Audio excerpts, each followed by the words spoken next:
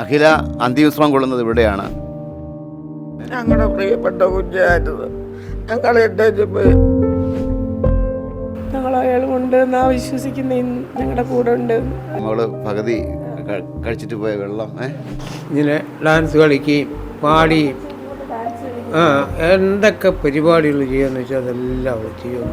അവിടെ വ്യത്യസ്തമായ മറ്റൊരു കാര്യം, അഖിലയുടെ ശവകുടീരം, ആ ഒരു കല്ലറയിൽ അഖിലയുടെ ഒരു ബാർക്കോഡുണ്ട്. അഖിലയുടെ ഓർമ്മയ്ക്കായി അഖിലയ്ക്ക് വേണ്ടി 27 സെൻറ്റ് സ്ഥലം 5 പാവപ്പെട്ട കുടുംബങ്ങൾക്ക് വീട് വയ്ക്കാനായി.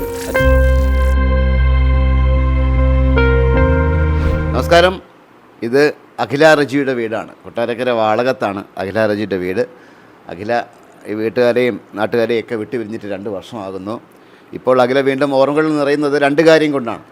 ഒരു കാര്യം, അഖിലയുടെ ഓർമ്മകൾക്ക് വേണ്ടി, അഖിലയുടെ സ്വപ്നമായിരുന്നു പാവപ്പെട്ടവരെ സഹായിക്കുക എന്നുള്ളത്. ഒരുപാട് പൊതുകാര്യങ്ങളൊക്കെ ഇടപെട്ട ഒരു വ്യക്തിയായിരുന്നു അഖില. അഖിലയുടെ ഓർമ്മയ്ക്കായി അഖിലയ്ക്ക് വേണ്ടി 27 സെൻറ്റ് സ്ഥലം 5 പാവപ്പെട്ട കുടുംബങ്ങൾക്ക് വീട് വയ്ക്കാനായി അഖിലയുടെ മാതാപിതാക്കൾ മിനിച്ചേച്ചിയും റേച്ചേട്ടനും കൂടി കൊടുത്തു. അതൊരു കാര്യം. അത് മാത്രമല്ല, അവിടെ വ്യത്യസ്തമായ മറ്റൊരു കാര്യം, അഖിലയുടെ ശവകുടീരം, ആ ഒരു കല്ലറയിൽ അഖിലയുടെ ഒരു ബാർക്കോഡുണ്ട്. അഖിലയുടെ ആ ഒരു ബാർക്കോഡുണ്ട്. ആ ബാർക്കോഡ് നമ്മൾ മൊബൈലിൽ സ്കാൻ ചെയ്ത് കഴിഞ്ഞാൽ അഖില എങ്ങും പോയിട്ടില്ല, നമ്മളോടൊപ്പം ഉണ്ടെന്ന് തന്നെ മനസ്സിലാവും. കാരണം ആ ബാർക്കോഡ് നിറയെ അഖിലയുടെ ചിത്രങ്ങളും വീഡിയോസുമാണ്. ഇന്ന് നമ്മളിപ്പോൾ അഖിലയുടെ വീട്ടിലാണ്. അമ്മയുണ്ട്, അഖിലയുടെ അമ്മ മിനിച്ചേച്ചിയുണ്ട്, അച്ചാമ്മയുണ്ട്, അച്ചാച്ചനുണ്ട്. ഇവർ ഇതുവരെ ആ ഒരു വേദനയിൽ നിന്നും വിമുക്തരായിട്ടില്ല. ഇപ്പോഴും അഖിലയുടെ ഓർമ്മകളാണ്. വീടിനകത്തേക്ക് കയറുമ്പോൾ തന്നെ അഖിലയുടെ സാന്നിധ്യം നമുക്ക് ഫീൽ ചെയ്യും, അല്ലേ? അങ്ങനെയല്ലേ? തീർച്ചയായിട്ടും അങ്ങനെയാണ്. ഞങ്ങളുടെ മോള് അങ്ങനെ പോയിട്ടില്ല എന്ന് ഞങ്ങൾ കുറച്ച് വിശ്വസിക്കുവാണ്. ഞങ്ങളുടെ കൂടെ ഉണ്ടെന്നാണ് ഞങ്ങളുടെ വിശ്വാസം. പെട്ടെന്നായിരുന്നു അസുഖം വന്നതല്ലേ? അസുഖമെന്ന് പറയാനായിട്ടൊന്നുമില്ല. അയാൾക്ക് പെട്ടെന്ന് അവിടുന്ന് വന്ന ചെന്നൈയിൽ പഠിക്കുമായിരുന്നു. എക്സാമൊക്കെ കഴിഞ്ഞ് വന്നപ്പം അയാൾ തലവേദന എടുക്കുന്നെന്ന് പറഞ്ഞൊരു ദിവസം അങ്ങനെ ഹോസ്പിറ്റലിൽ കൊണ്ടുപോയപ്പം കുഴപ്പമില്ല എന്ന് പറഞ്ഞു. പിന്നെ അയാൾക്ക് പെട്ടെന്ന് അത് അൺകോൺഷ്യസ് ആയി ചാഞ്ഞി പോലെ വന്നിട്ട് അയാൾ പിന്നെ തിരുവനന്തപുരത്ത് കിംസ് ഹോസ്പിറ്റലിൽ 7 ദിവസം ക്രിട്ടിക്കൽ സ്റ്റേജിലായിരുന്നു ആൾ. പിന്നെ ഒരു 30-ാം തീയതി കഴിഞ്ഞ് 22 ഡിസംബറിൽ 30-ാം തീയതി അയാൾ കാർഡിയാക് അറസ്റ്റ് വന്ന് ഈ ലോകത്തു നിന്ന് മാറ്റപ്പെട്ടു പോയി. അത് ഞങ്ങൾക്ക് ഒരിക്കലും ഉൾക്കൊള്ളാൻ കഴിയാത്തൊരു സംഭവമാണ്. ഞങ്ങൾക്കതിന്നും അത് ഞങ്ങളുടെ ഓർമ്മയിൽ അങ്ങനെ വെക്കാൻ പറ്റത്തില്ല. അതാ ഞങ്ങൾ അയാൾ ഉണ്ട് എന്നാ വിശ്വസിക്കുന്ന ഞങ്ങളുടെ കൂടെ ഉണ്ട്. അതിന് ഞങ്ങൾ നിർദ്ധരായ കുഞ്ഞുങ്ങൾക്ക് പഠിക്കാൻ വേണ്ടി സഹായം ചെയ്യുകയും നിർദ്ധരായവർക്ക് വേണ്ടി, തീരെ പാവപ്പെട്ടവർക്ക് വേണ്ടി അവർ 4-5 കുടുംബങ്ങൾ വീട് വെച്ച് താമസിക്കട്ടെന്ന് ഓർത്ത് അവർക്കും ഇങ്ങനെ ഭൂമി ദാനം ചെയ്തതാണ്. ഞങ്ങളുടെ കുഞ്ഞിൻ്റെ ഓർമ്മയെന്നും അവരുടെ ഹൃദയങ്ങളിൽ കാണുമല്ലോ. അത് ഞങ്ങളില്ലെങ്കിലും അവരുടെ ഓർമ്മയിൽ കാണുമല്ലോ ആ കുടുംബങ്ങളുടെ. അതാണ് അയാളുടെ ആഗ്രഹവും. അയാൾക്ക് ജാതി മതമോ അങ്ങനെയൊന്നും പറയുന്ന ആളല്ലായിരുന്നു. അയാളെല്ലാം ഒരേ കണ്ണിൽ കാണുന്ന ആളായിരുന്നു. ഞങ്ങളെന്തെങ്കിലും പറയുവാണെങ്കിൽ അയാൾക്ക് ഇഷ്ടപ്പെടത്തില്ല. അമ്മ ജാതി 2 ഉള്ളൂ, ആൺപെൺ അത്രയും ജാതിയേ ഉള്ളൂ, അല്ല അങ്ങനെ എല്ലാവരോടും ഒരുപോലെ ചേർത്ത് നിർത്തി ഏറ്റവും പാവപ്പെട്ടവരോട് ഭയങ്കര ഇഷ്ടമുള്ള ആളായിരുന്നു. ഇത് ഒരു മുഖസ്തുതിയല്ല, അയാളുടെ ലൈഫിൽ ഇങ്ങനെ നടന്ന കാര്യങ്ങളാണ്. എത്രയാ പറയാനുള്ളത്. അഖിലയ്ക്ക് ഏറ്റവും പ്രിയപ്പെട്ടതാണ് അച്ചാച്ചനും അച്ചാമ്മയും നമ്മൾ പറഞ്ഞിരുന്നു, അല്ലേ? ഞങ്ങളുടെ പ്രിയപ്പെട്ട കുഞ്ഞായിരുന്നു. ഞങ്ങൾ പോയി അപ്പച്ചനോട് വലിയ സ്നേഹമാണ്. ചെന്നൈയിലിരിക്കുമ്പോൾ വൈകിട്ട് ഞാൻ പറയും, അച്ഛമ്മ കൊച്ചിനെ വിളിയെന്ന് പറയും. അങ്ങനെ എന്നും ഞങ്ങൾ വിളിക്കുമ്പോൾ സ്നേഹം കൂടി ഇപ്പം പറയും. അപ്പം തന്നെ വിളിക്കും, ഒരു കൊഞ്ഞി വാക്ക് വിളിക്കും, കളവ അനങ്ങാതെ സന്തോഷമായിട്ട് അവിടെ ഇരിക്കണം. ഞാൻ കളവനെ അമേരിക്ക കൊണ്ടുപോയിക്കോളാം എന്നെ കുഞ്ഞിൻ്റെ വാക്ക്. ഞങ്ങളെ 8 വെച്ച് അവൾ മുമ്പേ അങ്ങ് പോയി. ഡിസംബർ 10-ാം തീയതി തലേന്ന് അവൾ തന്നെ അഞ്ഞ് വരുന്നത്. അന്ന് അവൾ തലേന്ന് അവൾ നിർബന്ധം, അപ്പച്ചൻ കാറും കൊണ്ടുവരണേ എന്ന് പറഞ്ഞ് അപ്പച്ചൻ ഇവിടുന്ന് ഡ്രൈവറെ വിളിച്ച് കാറും എടുത്തുകൊണ്ട് പോയി അവിടെ ചെന്നപ്പം കുഞ്ഞു ട്രെയിനകത്ത് വന്ന് ഇറങ്ങുന്നത്. മക്കളെ 2 ബാഗും 2 തോളയിലും ഇട്ട് ഇറങ്ങിയിട്ട് ഡ്രൈവർ ഇപ്പോഴും ചോദിക്കും, അച്ഛാ ആ കുഞ്ഞിനെന്തോ പറ്റിയത്? ജവാന്മാരിറങ്ങി വരുമ്പോഴാണല്ലോ ട്രെയിനകത്ത് 2 ബാഗും തോളയിട്ടും കൊണ്ട് ഇറങ്ങി വന്നവള്. അവൾക്ക് എന്തോ പറ്റിയാച്ചാന്നാ കൊണ്ടുവരാൻ പോയ ഡ്രൈവർ ചോദിക്കുന്നത്. 5ൻ്റെ അന്ന് പനി പിടിച്ച് 10-ാം തീയതി വന്ന് 15-ാം തീയതി പനി തുടങ്ങി. ഞാൻ പറഞ്ഞു ഇവിടെ അടുത്ത ആശുപത്രി ഉണ്ട്, പിന്നെ അവിടെ കൊണ്ടുപോകും കുഞ്ഞിനെ എന്ന് പറഞ്ഞ് അവിടെ കൊണ്ട് ഞങ്ങളെപ്പോഴും പോകുന്ന ആശുപത്രിയാണ്. അന്നേരം പറഞ്ഞു ഒരു കുഴപ്പമില്ല. വലിയ ഇഷ്ടമാണ് എന്നോട്. ഇതുപോലെ വലിയ ഇഷ്ടം. എന്നോട് വന്നാൽ തോളെ കൂടെ കൈയിട്ട് ഇങ്ങനെ ഡാൻസ് കളിക്കുകയും പാടിയും എന്തൊക്കെ പരിപാടികൾ ചെയ്യുമെന്ന് വെച്ചാൽ അതെല്ലാം അവൾ ചെയ്യുന്നുണ്ട്.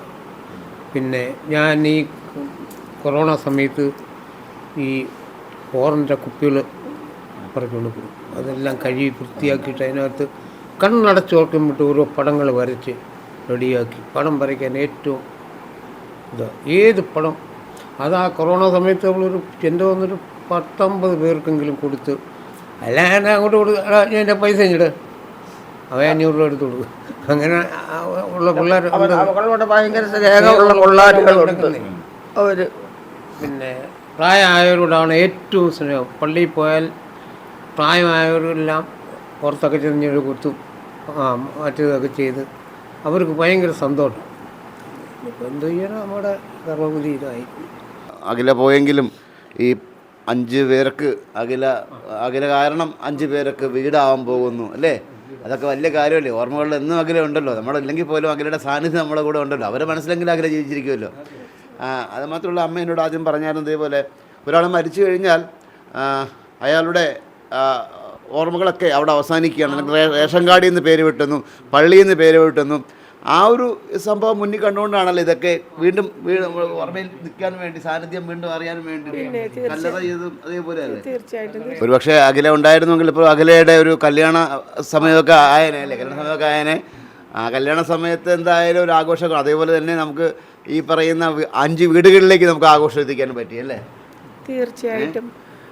അയാളുടെ സ്നേഹിതരായിരുന്ന പിള്ളേരെല്ലാം ഗൾഫിൽ നിന്നൊക്കെ വരുമ്പോൾ എന്ന് വന്നാലും ഇപ്പം വന്നാലും ഇവിടെ വന്ന് അവളുടെ ഓർമ്മയ്ക്ക് ഇവിടെ വെച്ച് കുറച്ച് നേരം ഇരുന്ന് കല്ലറയിൽ എന്ന് ഞങ്ങൾ ചെന്നാലും ചോക്ലേറ്റും പൂക്കളും കാണും. ഓരോ പിള്ളേരും മിസ് ചെയ്യുന്നതെന്നും പറഞ്ഞ് എഴുതി ഒട്ടിച്ച് വെച്ച് അവിടെ എല്ലാം അവർക്ക് ഇഷ്ടമുള്ള സംഭവങ്ങൾ അവിടെ എഴുതി കല്ലറയിൽ ഇങ്ങനെ ഒട്ടിച്ച് വെച്ചേക്കും. അഖിലെ മിസ് ചെയ്യുന്നതെന്നും പറഞ്ഞ് ചോക്ലേറ്റ്. അത് ഞങ്ങൾക്കൊരു അതിശയം എന്ന് പറഞ്ഞാൽ ആ ചോക്ലേറ്റ് ഒരിക്കലും പന്നലായി പോകത്തില്ല. ആ ചോക്ലേറ്റ് അതുപോലെ അവിടെ ഇരിക്കും. ഞങ്ങൾ എന്ന് ചെന്നാലും, ഞങ്ങൾ ഞായറാഴ്ച പള്ളിയിൽ പോയി അയാളുടെ അവിടെ ഇതൊക്കെ വെച്ചിട്ടുണ്ട്, ചെടിയൊക്കെ വെച്ചിട്ടുണ്ട്. അന്നേരം ഞങ്ങളവിടെ വെള്ളം ഒഴിക്കാനും എല്ലാം പോകുമ്പം ആ ചോക്ലേറ്റ് എന്നും അവിടെ പുതുമയുള്ള ചോക്ലേറ്റും പൂക്കളും എന്നും കാണും. ആഗ്രഹിച്ചതുപോലെ അയാളെന്നും പുതുമകൾ ഇഷ്ടപ്പെടുന്ന ആളാണ്. അയാളുടെ കല്ലറയും ഇനിയുള്ള അതും എല്ലാം പുതുമയായിക്കോട്ടെ എന്നോർത്ത് അങ്ങനെ വെച്ച്. ഇവിടെ എല്ലാം ഉണ്ടല്ലേ മകള് പകുതി കഴിച്ചിട്ട് പോയ വെള്ളം, ഇതൊക്കെ ബോട്ടിൽ, ഇതൊക്കെ വർക്കൊക്കെ മോള് ചെയ്തതല്ലേ? അയാൾ ചെയ്ത ശരി ശരി. കുറേ ആർട്ട് വർക്ക് ചെയ്യുമായിരുന്നു. ഓ ശരി ശരി. ഞങ്ങളിങ്ങനെ ചെയ്യാൻ കാരണമെന്ന് വെച്ചാൽ ഒരിക്കലേ ഞാനും അവളുടെ പപ്പ ഇങ്ങനെ ഒരു തീരുമാനം എടുത്തു. അയാളുടെ ഐഡൻറ്റി പോകുമല്ലോ. ഒരാൾ ഡെത്ത് ആയി കഴിഞ്ഞാൽ പിന്നെ അയാൾക്ക് ഐഡൻറ്റി ഇല്ലല്ലോ. നമ്മുടെ ഞങ്ങളുടെ ക്രിസ്ത്യൻസിനെ വെച്ച് പള്ളി രജിസ്റ്റർ ചെയ്ത് അയാളുടെ പേര് പോകും. പിന്നെ നമ്മുടെ റേഷൻ കാർഡിൽ നിന്ന് അയാളുടെ പേര് വെട്ടും. എല്ലാത്തിൽ നിന്നും അയാളുടെ ഐഡൻറ്റി പോകുമ്പോൾ ഞങ്ങളോർത്ത് സാധുക്കളായ ഭവനമില്ലാത്തവർക്ക് 5 പേർക്ക് ഇങ്ങനെ കൊടുക്കുമ്പോൾ അവരുടെ മനസ്സിലെന്നും അവളുണ്ടാവുമല്ലോ. അങ്ങനെയാണ് ഞങ്ങൾ തീരുമാനമെടുത്ത് സാധുക്കളായ 5 പേരെ കണ്ടെത്തി അവർക്ക് അങ്ങനെ വീട് വെച്ച് താമസിക്കാനായിട്ട് വസ്തു കൊടുത്തേക്കുക. പിന്നെ ലൈഫിൽ നിന്ന് കിട്ടുമ്പോൾ അവർക്ക് വീടും അവർക്ക് വെച്ച് കൊടുക്കും എന്നുള്ളതാണ് തീരുമാനം. അത് മാത്രമല്ല, ഈ പറയുന്ന കല്ലറയിൽ ആ QR കോഡ് ഉള്ളപ്പോഴത്തേക്ക് ഒരു കാരണവശാലും മകളുടെ സാന്നിധ്യം അവിടെ നിന്ന് പോകുന്നില്ല. നമ്മുടെ മൊബൈലിൽ ആ QR കോഡ് ഇങ്ങനെ സ്കാൻ ചെയ്യുമ്പം മകൾ നമ്മളെ കൺമുന്നിൽ വരികയാണല്ലേ? തീർച്ചയായിട്ടും. അത് അയാൾ ഇങ്ങനെ വെക്കേഷൻ ടൈമിലും അല്ലാതെ അയാൾക്ക് ഫ്രീ ആയിട്ട് ഇല്ലാത്ത സമയത്തൊക്കെ അയാളിങ്ങനെ ഒത്തിരി വീഡിയോസ് ചെയ്യും, വരയ്ക്കും, പിന്നെ ഒത്തിരി കാര്യങ്ങൾ ചെയ്യുമായിരുന്നു. അപ്പോഴും ഞങ്ങൾ കുറേ വീഡിയോസൊക്കെ എടുത്തിട്ട് അന്നേരം വർഷം തോറും നമുക്കത് പുതുക്കാം. അത് നമുക്ക് കുറച്ച് വീഡിയോസ് ഇപ്പം അതിനകത്ത് ഇട്ടിട്ടുണ്ടെങ്കിൽ ഓരോ വർഷം ആകുമ്പോൾ നമ്മളിങ്ങനെ ട്രിവാൻഡ്രത്ത് ഒരു സോഫ്റ്റ്വെയറാണ് ഇതിങ്ങനെ ചെയ്തത്. അപ്പോഴതിങ്ങനെ പുതിയ പുതിയ വീഡിയോസ് ഇങ്ങനെ കൊടുക്കുമ്പോൾ പുതിയതായിട്ട് അയാളെ ഞങ്ങൾക്ക് ചേർത്ത് നിർത്താം. അതിൻ്റെ അയാളുടെ QR കോഡ് സ്കാൻ ചെയ്യുമ്പോൾ അയാളെ ഞങ്ങൾ അടിയിലോട്ട് ചേർത്ത് നിർത്താം. അയാൾ ഇങ്ങനെ 22 വയസ്സുകാരി ഒരു നാളിങ്ങനെ പെട്ടെന്ന് പോകുമെന്ന് ഞങ്ങൾക്കൊന്നും അറിയത്തില്ലായിരുന്നു. അങ്ങനെ അവളെ ദൈവത്തിന് ഇഷ്ടമുണ്ടായിട്ടായിരിക്കും ഇങ്ങനെ പെട്ടെന്ന് വിളിച്ചെന്നാണ് ഞങ്ങൾ വിചാരിക്കുന്നത്. പപ്പായും ഞാനും അങ്ങനെ ചേച്ചിയൊക്കെ അങ്ങനെ വിചാരിക്കുന്നത്. അവൾ ഞങ്ങളോട് എപ്പോഴും ഉണ്ട് എന്നുള്ള വിശ്വാസമാണ് ഞങ്ങൾക്ക്. അഖില അന്ത്യവിശ്രമം കൊള്ളുന്നത് ഇവിടെയാണ്, ഈ വലിയ പള്ളി മാർത്തോമ വലിയ പള്ളി വാളകത്താണ് അഖില അന്ത്യവിശ്രമം കൊള്ളുന്നത്. ഒരുപക്ഷെ അവർ ജീവിച്ചിരുന്നപ്പോൾ ഒരുപാട് പേർക്ക് സഹായം ചെയ്തിരുന്നു, ഒരുപാട് പേർക്ക് താങ്ങായും തണലായും അഖില ഉണ്ടായിരുന്നു. മരിച്ച ശേഷവും അഖിലയുടെ ഓർമ്മയ്ക്ക് വേണ്ടി 5 കുടുംബങ്ങളിലേക്കാണ് അഖിലയുടെ അച്ഛനും അമ്മയും സന്തോഷം കൊണ്ടെത്തിച്ചത്. ഒരിക്കലും അഖിലയുടെ ഓർമ്മകൾ നമ്മളെ വിട്ട് പിരിയുന്നില്ല. ഇവിടെ കാണുന്ന ഈ QR കോഡ് ഒന്ന് സ്കാൻ ചെയ്ത് കഴിഞ്ഞാൽ അഖില നമ്മളോടൊപ്പം തന്നെ ഉണ്ടെന്ന് നമുക്ക് മനസ്സിലാവും. മണത്തല മല്ലയ്ക്ക് വേണ്ടി ക്യാമറ JP-ക്കൊപ്പം സുജിത്ത് മാരാർ സൈനിക.